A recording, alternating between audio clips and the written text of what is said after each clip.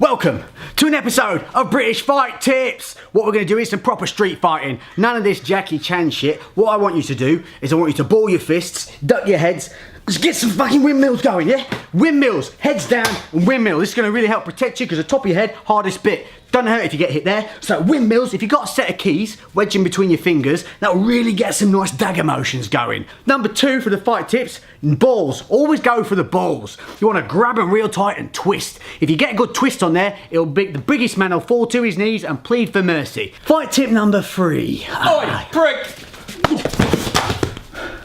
I'm gonna show you guys the real fight tips. Come with me. So I'm lucky enough to be joined by Shane Faison from Fight Tips. If you haven't seen that channel, links and everything for Shane will be in the description below, so make sure to check them out and learn some cool shit. But we're also going to teach you some more cool shit here today that doesn't involve windmilling and sets of keys. Today what we're going to be focusing on is heavy bag drills. Because a lot of people have these in their gyms, they're easy to come by, but a lot of people get a little bit scared by them or end up trying to be a bit Mayweathery, throwing 800 punches in 30 seconds. Yes. And what Shane's going to take you through today, he's going to take you through 3 solid combinations on the heavy bag that you're going to be able to utilize for conditioning, for improving power transfer, and footwork. Yes, this is true. So I want to go over the basics and then I want to cover more advanced stuff. So whether you've never thrown a punch before in your life or you're a little more experienced, I think hopefully I can share some stuff with you that will benefit your training. On to combination numero uno. Combination 1 is going to be jab, cross, jab. A lot of people throw the jab, cross, hook or the 1, 2, 3, but I like the jab, cross, jab because it's nice and linear down the center and we get to use our range. So the jab is the lead arm punching straight down the pipe. There's going to be a little bit of a hip rotation and we're going to put pressure on our lead foot. So as that foot touches the ground or as the pressure goes into the ball of our foot, that's when the lead punch should land. Then we turn our hips, rotate on our rear foot for the cross. That's more of the power punch. Put a lot of power into that shot, then the bag's going to be doing this. And I'm then going to adjust with the last shot, which is going to be another jab. If the bag is far away, then I'm going to step in for a power jab. If I don't want to jam myself up, then I can step back and catch it as my opponent or as the bag steps in. And this way we're working our footwork. We're going in, we're going out. The shots are linear, our footwork is going to be linear, okay? So again, stepping in on the jabs and crosses or stepping backwards on the back pedal. As they're running into me, they're also running in to the punches. If you have a partner who's going to do this with, holding the bag can be really beneficial here because you can stop that swing and be able to transfer a little bit more power more safely because there's going to be no spinning in the bag. But don't worry if you don't have a partner, just allow the movement and the swing of the bag to help you adjust and have to move with it. Yep. Because then it's going to improve your footwork, it's going to improve your timing, distance and range and all that. So you're outside of range with the bag, I can't hit it, which means I need to step in. If I step in on the lead foot, now I'm going to make contact. So you're going to step in on the jab. So you can see out of range there, we cover that distance, bang. By stepping the lead foot. Now, instead of keeping that wide base with your feet, you're also going to step another 6 inches like you did with the lead, but with the rear now, and as you turn the hip, yes, transfer the energy into that cross. So we step, punch, connect, right foot comes in with the right, bang. Yes. And then from here, it depends, how is the bag swinging? Right now it's right in front of you, so I would just, right here, turn the hip over and throw another power jab. Bang. Boom. Yeah. And then back out. You can break the tempo up too. It doesn't have to be bop, bop, bop. It could be bop, bop, bop. 1, 2, 1. 1, 2, 1. One of those things is to not worry too much about constantly having to be, oh shit, I missed that one punch. If those come in fine and then you're off balance, don't worry, reset and just finish with that jab on a later shot. Getting too strict and too robotic is what we don't want here. That's why we're going to use this heavy bag, use the swing or use our body movement to create more good habits. If you misfire, it doesn't matter, carry on, move on. Yeah, you want to keep it realistic to a fight too. If my opponent isn't standing right in front of me and I'm not going to hit him with a punch, why throw it?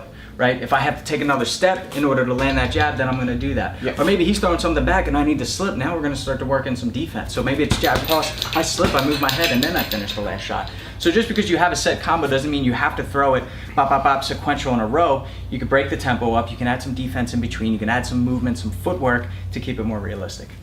On to combination 2. All right, so combo number 2 now, we're gonna go with a cross hook cross. This is your power combo here. So we can lead off with the first combo, which is a jab, cross, jab, and now we're in perfect position for our cross hook cross. So I'm gonna throw the right hand, Now we're gonna throw our hook. So my hips are loaded up. I'm gonna turn my lead foot, lead knee, lead hip, everything's gonna turn at the same time. It should look more like this. Now this is very robotic, this is kind of dramatic, but this is what the motion of your body should be doing. You can see the foot is pivoting on the ball, the knee is turning with it, and the lead hook is going. And in order to do this, I need to keep the weight on my rear foot. And then I'm just gonna finish with another cross. So it's right hand, left hook, right hand. Just before I forget, is when you throw your punches, imagine you're trying to drill your index finger and your middle finger. You're trying to drill it into their head. Obviously, we're not gonna keep our fingers extended, but imagine they still are. I'm drilling it in. And that way we're really gonna hit with those two knuckles. So from that you can see we're learning to build up those combinations, rolling one into the other. And what that's gonna allow you to do is then when you're free flowing on the bag, you can just say in your head combination 1, 2, or 3, and you can flow them one into the other. So when you're getting tired and you're struggling, you're always gonna have in the back of that head that pop, pop, bang, you know, those two little combinations. So as we showed you, we're gonna have that 1, step in, 2, step away, 3, that straight right, left hook, straight right. Definitely one of the easiest things to do on a bag is have less combinations, but focus on them more so that you're not having those moments of confusion. Absolutely, yeah, I would say even in sparring, you could dedicate an entire round to just using the jab. And I bet your sparring partner won't even notice until 2 minutes in, right? Yeah. I've just been using the jab, but there's so many different variations of the jab. I can go to the head, I can go to the body, I can slip jab, I can feint the jab and come in. But with these combos, what I wanted to show was left, right, left, right, left, right. So it's 1, 2, 1, 2, 3, 2, and then you can just go right back into the 1, 2, 1. So you can flow and make this one continuous combo if you wanted to, but as we've been talking about, keep it realistic. And this is what I want to do, is to make sure that when you get in the bag, you're getting confident. But we also want to help improve. So combination 3 is going to let a little bit more difficult, but don't worry, not too much. That's the pose. That's your advert pose right there. Fight tips.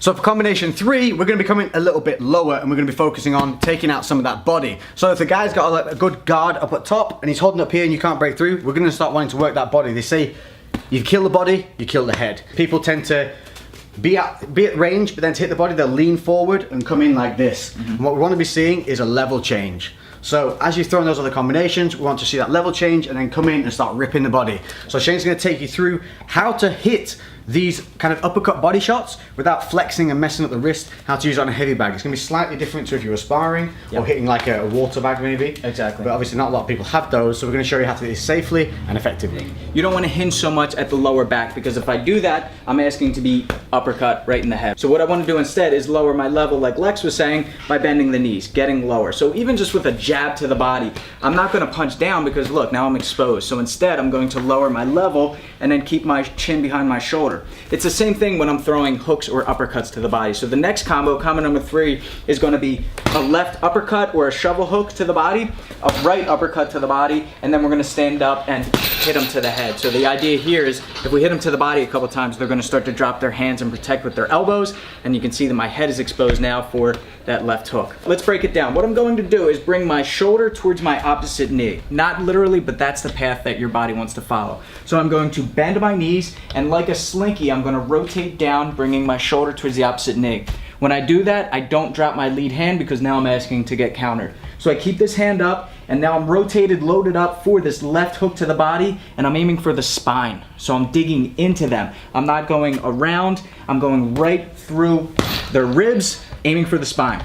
Now from here, I'm gonna lift this hand up to my head, and I'm gonna rip the other hand to the body. From here, I'm loaded up now. And all I'm gonna do is extend my legs a little bit as I rotate, and I taught you how to throw that hook. So we're gonna put the rear, or weight in the rear foot, and rotate on the lead foot. Boom. Okay, so all together, it's uppercut, uppercut, hook to the head. And again, we can combine this entire combo, starting with the jab, cross, jab. Jab, cross, hook, cross, lower my level. You can see after I throw that right hand, now I bring the shoulder towards the opposite knee, uppercut, uppercut, left hook. Once again in full. And I can break the tempo up. There you go, one of probably the most in-depth reviews on how to throw 3 simple combinations, but you now have no excuse to be able to head into that gym and confidently take on one of these heavy bags. Different bags are going to have different movements and different swings. If it's a solid heavy bag, they're usually very low and they're full of sand and you hit them and they don't budge.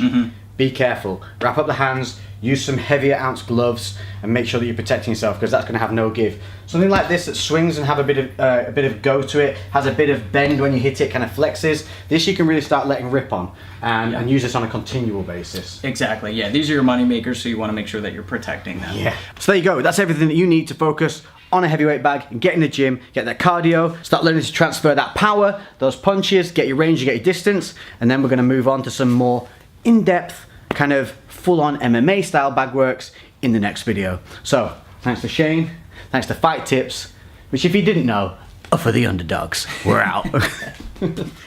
Lately I've been doing shit different, cooking like a chef, I've been all up in the kitchen. Had to make a move, had to make a little distance. Lot of people tripping, they could never see the vision. Fuck that, tell them bounce.